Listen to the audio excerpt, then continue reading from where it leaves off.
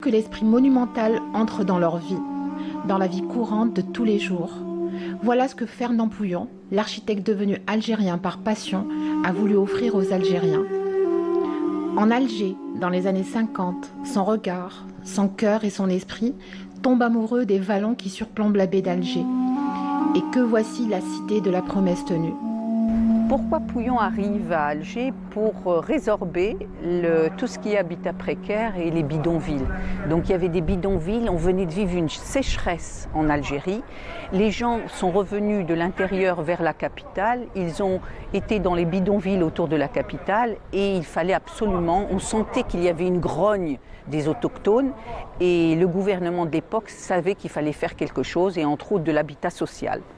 Donc, dans les années 50, il y avait à la mode Zerfus et tout ce qui était le mouvement moderne, qui se traduisait par une architecture qui était une architecture de bar, dont on peut voir comme exemple le fameux immeuble de Zerfus à la place du 1er mai.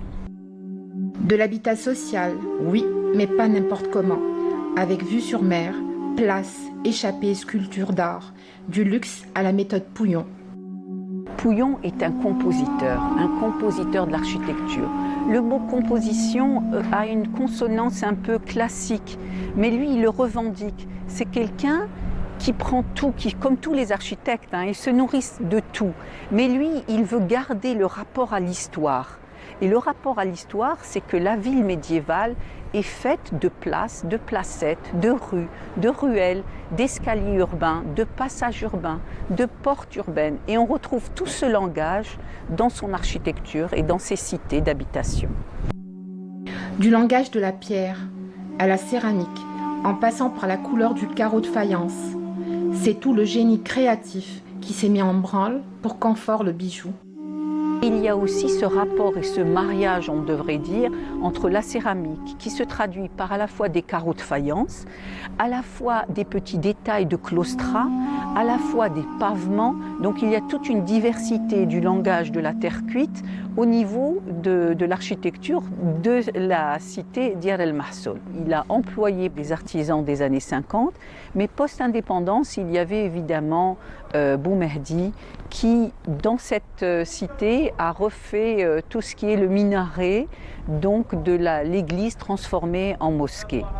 Et même la couleur de la faïence qui est sur le minaret, c'est un bleu d'Ispahan que Boumehdi a pris énormément de temps à trouver la couleur.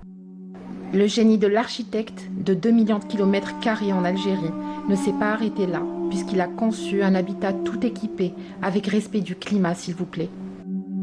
Pouillon s'arrangeait toujours avec la même enveloppe pour essayer de rajouter un plus. Autrement dit, pour la Diyar el-Mahsoul, il y a le marché, la place du marché, il y a le téléphérique, il y a tout ce qui est locaux techniques, toute la chaudière est placée donc sous les arcades que vous avez derrière et qui permet donc de mettre à disposition chauffage et eau chaude à tout le réseau de toute la cité. C'est ça qui est quand même un plus et qui est un exploit aussi assez technique pour l'époque. Sans oublier que les appartements étaient équipés d'une petite cuisine, mais équipés. Donc il y avait la cuisinière, le réfrigérateur, et c'était donc pour l'époque assez précurseur. Sa technique, son œuvre, a fait que Pouillon s'est inscrit dans la mémoire et l'histoire algérienne. On en était au bâti. Donc avec Pouillon, quand on parle de composition, il y a une variété, une diversité du bâti.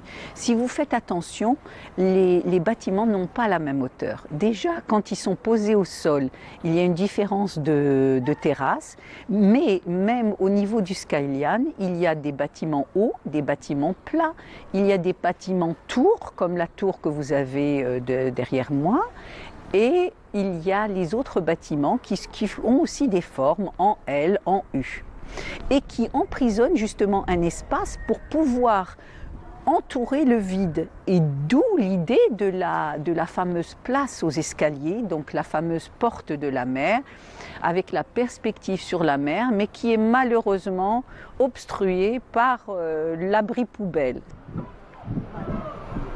Un dernier mot pour parler d'un bâtiment emblématique de la cité, c'est le bâtiment des architectes. Sur le plan masse que vous aurez de Deir el Mahsoul, vous pouvez repérer un bâtiment carré avec une cour et un balcon filant. C'était un bâtiment fait pour les architectes, pour permettre la convivialité dans la cour et pour permettre la balade sur tout le balcon qui en fait ceinture le bâtiment. Donc c'est un bâtiment assez intéressant à visiter.